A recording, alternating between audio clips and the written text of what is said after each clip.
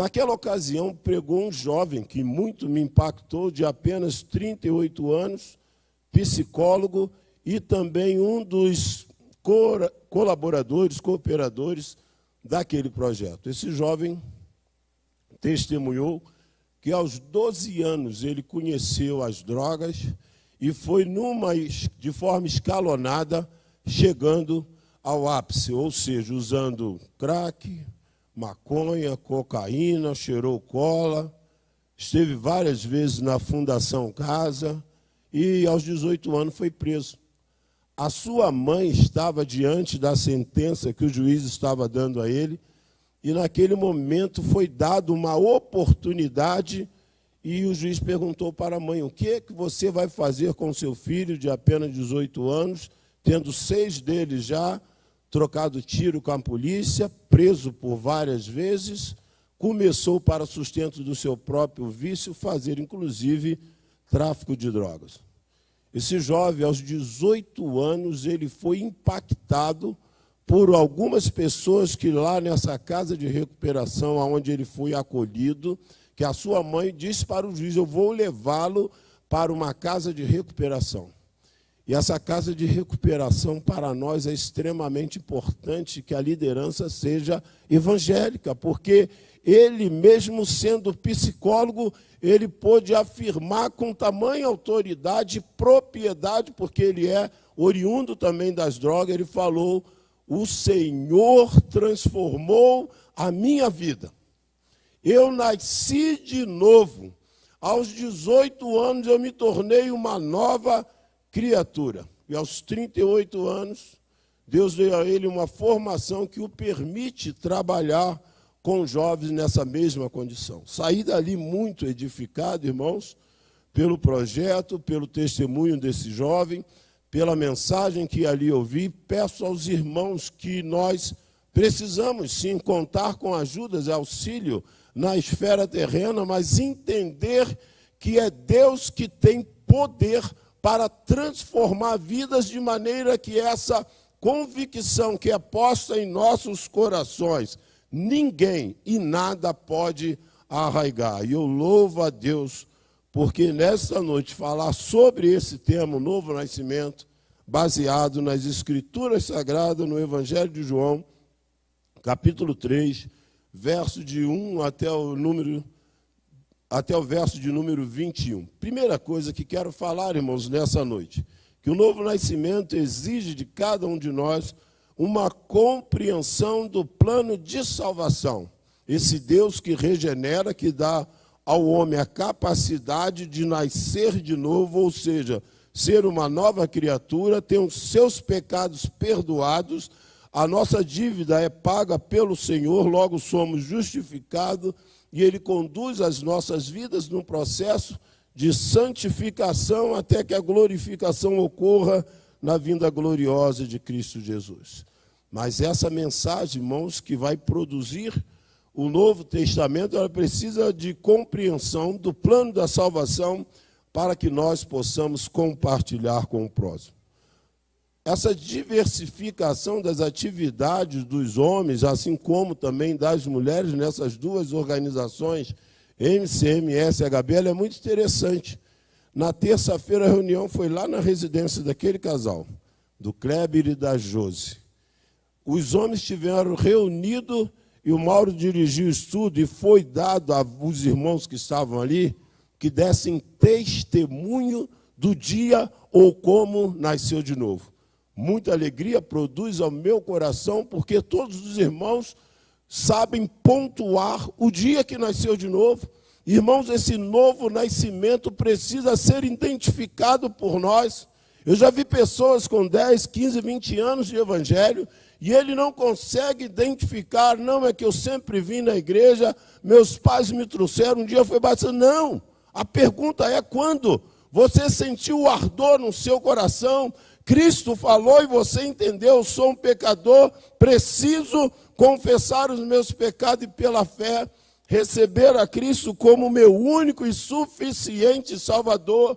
Não é o fato dos pais trazerem, da esposa ser crente, da avó interceder por alguém, mas sim, o novo nascimento é uma experiência genuína, pessoal, intransferível, aonde nós vamos ter essa compreensão. A Bíblia fala que esse homem era um líder espiritual. É como se fosse hoje um professor de seminário, era um homem que dominava o conhecimento bíblico, teológico. Ele é um dos principais dos fariseus. Nem todos os fariseus, irmãos, ainda que a palavra fariseu está associada com hipocrisia, mas nem todos os fariseus eram hipócritas. A ideia é que Nicodemos está procurando o Senhor à noite, talvez porque ele teria um tempo maior para interagir com Jesus.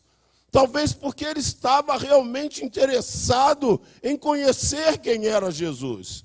E a Bíblia fala que Nicodemos foi à noite buscar a Jesus e reconheceu que Jesus era vindo da parte de Deus por conta dos seus milagres. Irmãos, quem se aproxima de Deus precisa crer que Ele existe, que Ele é galardoador daqueles que o buscam e que Ele tem poder para resolver os seus problemas. De todos os problemas quais nós convivemos com Ele desde a nossa tenra idade, o maior deles é o pecado, que vai nos levar à condenação se nós não nascermos de novo. Nicodemos diz, ninguém pode ver, ou melhor, Jesus diz, ninguém pode ver o reino de Deus se não nascer de novo. E ele pergunta, como pode alguém nascer de novo sendo velho?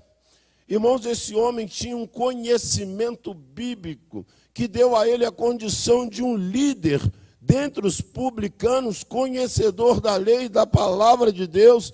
E ele está fazendo pergunta de novo, convertido, que ainda não compreendeu nada acerca do Evangelho, e ele está perguntando, como pode alguém nascer sendo velho? A Bíblia diz, de forma muito clara, que aqui está fazendo menção a dois nascimentos distintos, o físico e o espiritual. Por isso, a palavra de Deus vai nos deixar muito claro que aquele que nasce da carne é carne, o nascimento físico vai testificar que somos criados por Deus, e o que nasce do Espírito é Espírito.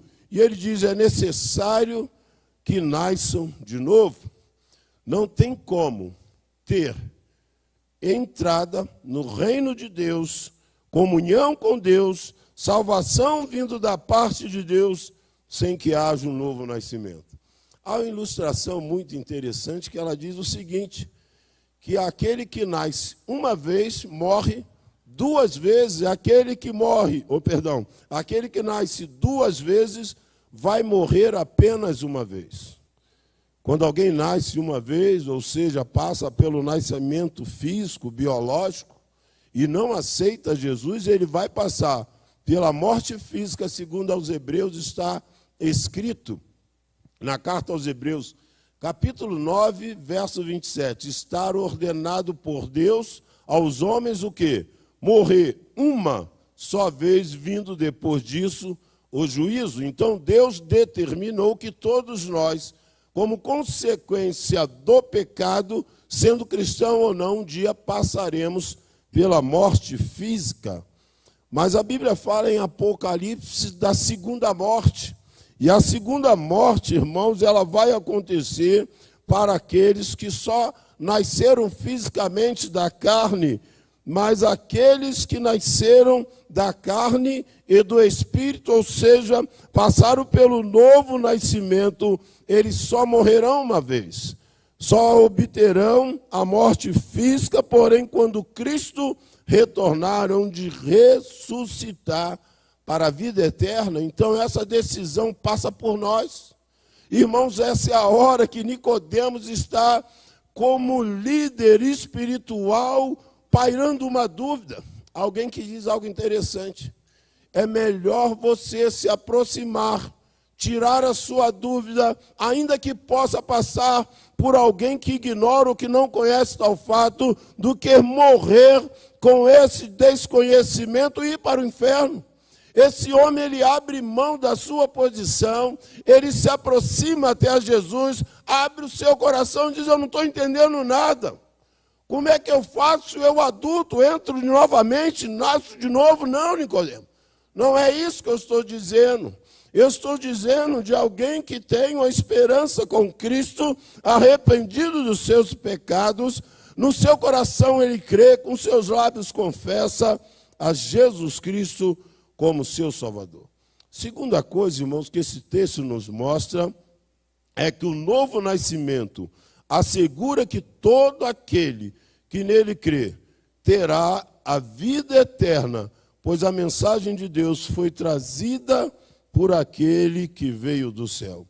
Quando a Bíblia fala, irmãos, nesse momento que o vento sopra aonde quer, a Bíblia Sagrada, a palavra de Deus, ela traz alguns símbolos do Espírito Santo: o fogo, o vento, a água, a pomba, e aqui está falando sobre o vento. Ou seja, o Espírito de Deus está falando aos nossos corações, e quando ele fala, nós precisamos estar atento para ouvir aquilo que ele está dizendo por intermédio da sua palavra, pois o propósito de Deus, quando fala conosco, é que nós, como crentes, sejamos edificados. Aqueles que não nasceram de novo tenham uma experiência genuína com Cristo e o seu nome entre nós possa ser exaltado.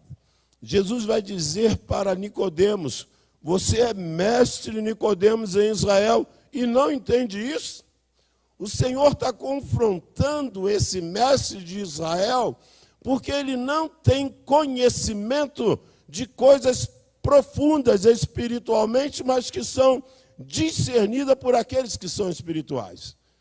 Irmãos, há coisas na palavra que só nós conseguimos discernir, porque nós temos o Espírito de Deus. O Espírito de Deus vai nos iluminar para que nós possamos compreender e compartilhar essa palavra, vivenciar essa palavra, testemunhar essa palavra. A Bíblia diz, irmãos, que o Senhor, interagindo com Nicodemos, diz: não creram nas coisas celestiais e não crerão também nas coisas terrenas. O Senhor afirma mais uma vez: é necessário que o Filho do Homem seja levantado, é necessário um novo nascimento. Há uma passagem no Antigo Testamento que talvez ela possa trazer para alguns dúvidas, porque em Números ele fala de um momento em que serpentes e víboras estão atacando as pessoas e foi erguida aquela imagem para que quem nela olhasse fosse curado. A Bíblia, irmão, ela tem sua unidade. A Bíblia, na verdade, a sua autenticidade se dá porque ela vai sendo confirmada através de capítulos, versículos, e nós vamos observar que o que a Bíblia está nos mostrando é que hoje, quem olhar para Jesus será salvo. Quem olhar para Jesus receberá o novo nascimento. Aqui o termo olhar, ele não está dizendo apenas fitar os olhos, mas sim ter uma experiência com o Senhor, passar por esse novo nascimento, entender que Ele é capaz de mudar e de transformar as nossas vidas. No terceiro e último tópico, irmão, nós vamos entender que o novo nascimento livra o ser humano criado por Deus da condenação eterna, pois Cristo veio ao mundo para a salvação de todo aquele que crê. Vamos ler juntos João 3,16? Mídia, por favor. Esse é considerado o texto áureo da Bíblia, texto esse que nós extraímos dali a mensagem central de Deus para a humanidade. Leamos todos. Porque Deus amou o mundo de tal maneira que deu seu Filho unigênito, para que todo que nele crê não pereça, mas tenha a vida eterna. Irmãos, todo aquele que nele crê, a Bíblia vai nos mostrar de forma muito clara que quando a mensagem ela é pregada de forma direta, objetiva, inclusive por João Batista, ele traz a mensagem: arrependei-vos e crede. Quando nós estamos entendendo que essa mensagem, que foi complexa para um homem religioso, mas que torna-se fácil de compreensão para nós hoje, porque o Espírito Santo nos dá condições de discernirmos aquilo que o Senhor está falando, nós vamos compreender que arrependimento e fé são elementos indispensáveis para termos uma nova experiência com Deus, ou seja, um novo nascimento que vai transportar o homem de uma condição de condenação para a salvação eterna. O verso 16, irmãos, que nós acabamos de ler, ele fala sobre o amor imensurável de Deus, que vai provar o seu amor para conosco, enviando seu Filho para morrer em nosso lugar. Hoje nós temos a certeza e a convicção de que a dúvida de Nicodemos não paira mais sobre nós, porque na cruz do Calvário Jesus deu prova do seu amor, entregando a sua própria vida para que nós não fôssemos condenados pelo pecado herdado do primeiro casal, mas sim pudéssemos ser salvos pelo sacrifício da cruz. Hoje está sobre a nossa responsabilidade decidirmos se nós queremos ser condenados ou se nós queremos ser salvos. A salvação, irmãos, ela é nos dada pela graça em Cristo Jesus, e o propósito de Deus é que todos os homens sejam salvos, porém, está atrelado já, as consequências já estão atreladas à nossa escolha, à nossa decisão. A Bíblia diz que aquele que crê será salvo, aquele que não crê já está condenado. As duas coisas, elas acontecem no momento da nossa decisão. Se eu aceito a Cristo, eu sou selado pelo Espírito Santo e estou salvo. Se eu rejeito a Cristo, eu estou condenado, mas com a possibilidade de ser salvo, porque a longanimidade de Deus nos dá a oportunidade de ouvirmos mais uma vez a mensagem e tomarmos a nossa decisão. Só que eu e você não sabemos qual será a última oportunidade que nós teremos, logo não podemos protelar, adiar essa decisão, porque hoje pode ser a última. É por isso que a Bíblia diz que hoje é o dia da salvação. Como escaparemos nós se não atentarmos para uma tão grande salvação? Quem crer não é condenado.